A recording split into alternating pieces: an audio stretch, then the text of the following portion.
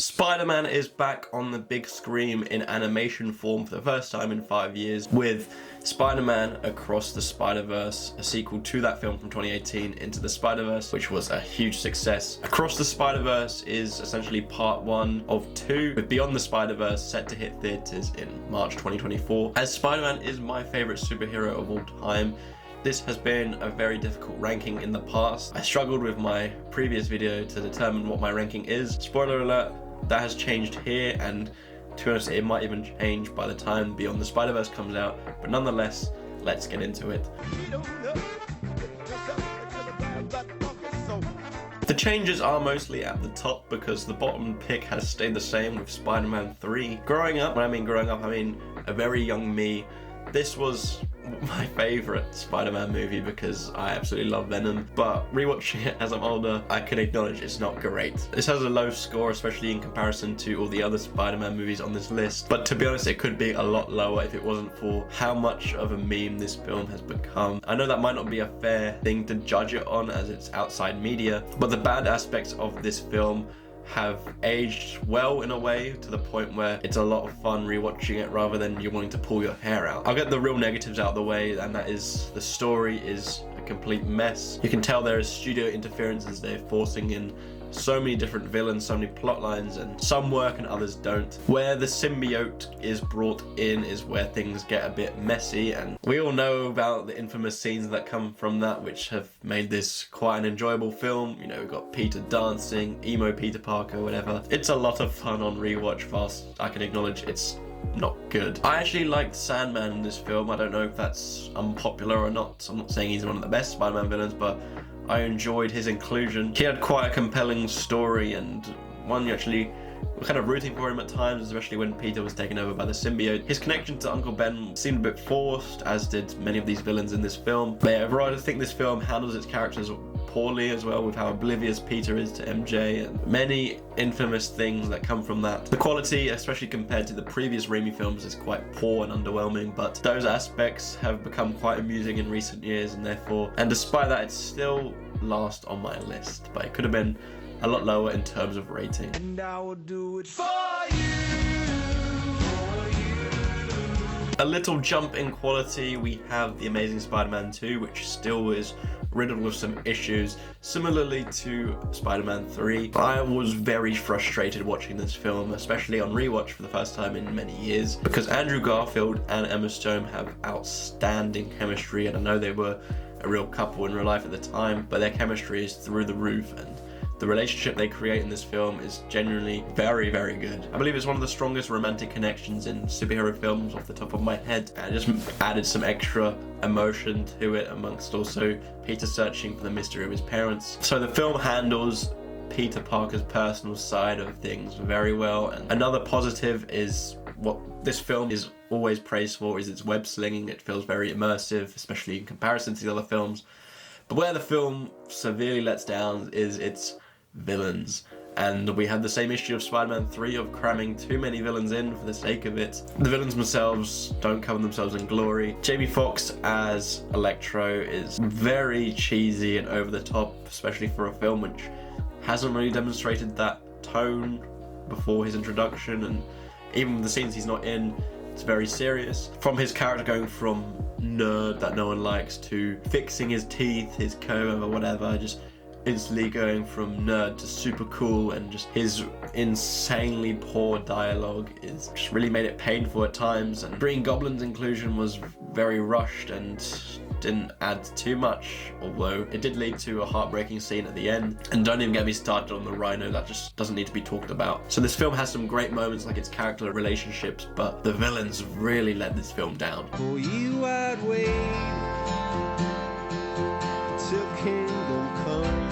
Amazing Spider-Man is a lot more consistent than its sequel. We're treated to a very new feeling Peter Parker, not only from his appearance and his hobbies, but also he has a new love interest, Gwen Stacy, who we mentioned in Amazing Spider-Man 2. He creates a great relationship with her. This is an origin film for Spider-Man, just a very different one to Sam Raimi's, but the actual origin aspects of it feel very glossed over, which were some of my favorite parts of the original Raimi film. It was taking its time getting to him getting bit by the spider, and then once he had been bit, it just rushed way too quickly past those build-up moments of him creating his suit and finding his uncle's killer. The CGI is much improved here, although the lizard past his look felt a bit hollow as well in terms of his motives, and quite cartoonish final act in the end with his elements that he brought in. It's a very different feeling Spider-Man film to the Raimi trilogy, and I liked that, but at the same time, it did fail to live up to its potential.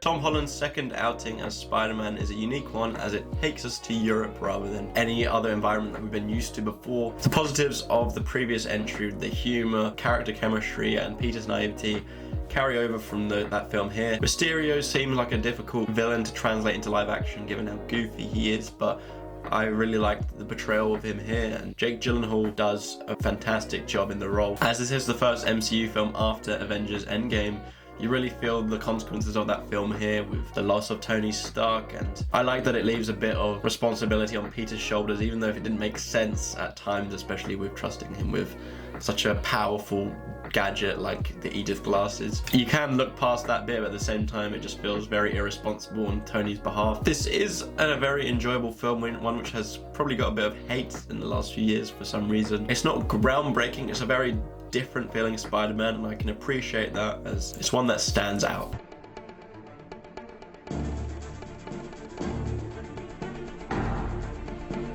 When I think of Spider-Man, this is what I think of this origin story. It's obviously not my favorite of the bunch, but it is certainly the Spider-Man in my eyes, and that might be because I grew up with this film. This was my Spider-Man, and given that this came out in a time where comic book movies weren't too popular or successful, this just blew that out of the water. A great story has managed to be told here, whilst also keeping that campy early 2000s vibe. It blends well here. Some parts not as well as others, and some parts haven't aged as well, but nonetheless, I still love this film a lot. On rewatch, this does skip over some aspects which seemed important, and as I mentioned, the cheesy dialogue can be a bit too much sometimes, but nonetheless, I think it's a great origin story for Spider-Man. Tobey Maguire excels in the role and provides a smooth transition from loser into Spider-Man as he confronts the very over-the-top but lovable Willem Dafoe as Green Goblin. Aye, oh, let's go.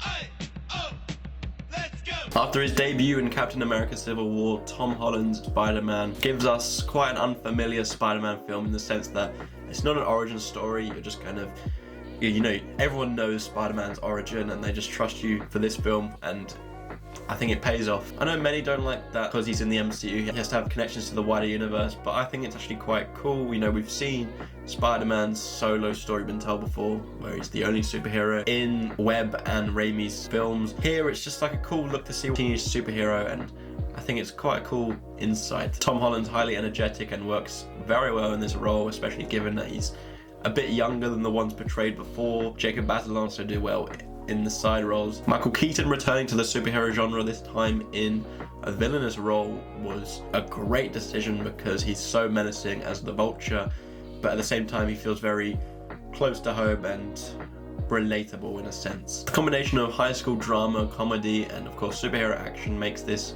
a really pleasant surprise, and obviously there were high expectations for it, but I still think it holds up very well. 3, that's a magic number. Yes, it is. It's the magic number. When you see this film, many think of two people, Andrew Garfield and Tobey Maguire, and yes, they do elevate this film's quality, but besides that, it's just a very good Spider-Man film. You know, you have to deal with the responsibility, you know, great power comes with great responsibility, you might have heard that one before, but just Tom Holland's Spider-Man growing up, maturing, realizing what responsibility he has and how that can affect his loved ones was very powerful. I think all the returning characters did well, including the villains, especially Willem Dafoe, proving that he's still got it and he's a madman. If you saw my previous video, you would have noticed that this was in first place and had a much higher score, but on rewatch and giving it some thought, this film does have its problems, and while I do appreciate the return of these classic characters, there were some big plot holes involving their return. You know, Doctor Strange granting this spell for Peter even though he knows the consequences of it going wrong. That just felt very unlike him and irresponsible. At the same time, there's some other few aspects, some of the CGI looked a bit off and green screeny, but I know this was filmed during the COVID era, so I can let that slip past. But yeah, I love this film, both as a Tom Holland Spider-Man film and just a Spider-Man film in general, as we see the return of so many great characters. But yeah, after letting it settle down a bit, I could see some of the problems with it. Spider-Man 2 builds upon the charm of the first one and the fantastic story elements, but also removes the campy ones, so it feels like a lot more of a serious film, and that's not necessarily a bad thing. It just made things feel a lot more grounded. I like that this felt like as much of a Peter Parker story as a Spider-Man film, maybe more so Peter Parker at times, but it never felt like we spent too much time with him, and I thought it was nicely balanced. Many iconic Spider-Man moments are associated with this film, which is why it's such an iconic film and many people's favourite film, which I understand. I knew this film was great, but on rewatch I didn't realise how funny it was, and it just had some really nice, perfectly timed humour. But yeah, I really enjoyed this film. I feel it was an upgrade on the original Spider-Man, hence why it is my favourite of the live action films. Then you're left in the dust, unless I stuck by you. You're a sunflower. Every time I watch Into the Spider-Verse, I like it a bit more, and that's the case here on this rewatch before watching the newest entry on this list. This film is very special, not just from a story point of view, but also visually. It revolutionized animation genre with literally feeling like a comic book brought to life, like you're turning the pages. Every frame has so much detail, and I really appreciate the effort that went into this. I've never felt the term comic book movie feel so accurate to a film before. It's not just the style, but they're not afraid to adapt the bizarre aspects of the source material with how characters act and just some little cartoon aspects to it. Miles Morales is very charismatic from start to finish, instantly stealing the spotlight from veteran characters like Peter Parker. The personal struggles he goes through feel very grounded and relatable to a lot of people, which is why it's so loved, because it is a story of self-identity and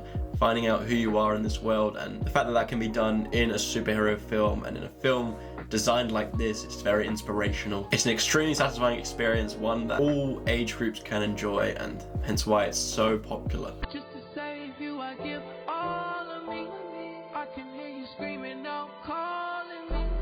This could be recency bias, but my number one pick is the newly released Across the Spider-Verse, which takes all the positives of what I just talked about and Into the Spider-Verse, especially with the animation, and takes it to new heights. Not only do we just have what feels like you turn in the comic book pages, but you have so many different animation styles for different characters, for different feelings, for different worlds. It is truly, I don't say this lightly, a masterpiece in animation, and one which might even change the genre going forward. It is such a creative film from an artistic point of view, but at the same time has such a rich and emotional story, one which hits in every emotion, whether it's a laugh, whether it's shock from a cameo, which, while there are a lot of them, don't steal the show off of the main story. There is still a lot to love here, and it embraces the source material so well, with giving so many bizarre spider people, some not even people, some animals. So it delivers on the fan service point of view, but at the same time you kind of forget about that because the story is so intriguing, emotional, and has some massive stakes. Now, as I mentioned, this is a part one, so I know not a lot of people knew that coming into the film, so they might be disappointed with how it ends. Personally, I love it when films do that, especially when I knew it was going to be a part one. There's so many personal yet fantastical elements about this film. The voice acting is superb, the animation, as I mentioned, out of this world. The story doesn't miss a beat, and I absolutely love this film. It's my number one pick, not on this list, my film of 2023. We'll see if that changes, whether that's because I find a better film or because my enjoyment of this film goes down after rewatching or letting it settle in. But as for now, Spider-Man Across the Spider-Verse is my number one Spider-Man movie. There's quite the list with a bunch of brilliant Spider-Man films. Let me know which one is your favorite. In fact, just let me know your whole entire ranking, because it's going to be very interesting to see. While you're there, if you could like and subscribe, that would be amazing. Thank you so much for watching, and I hope to see you in my next video.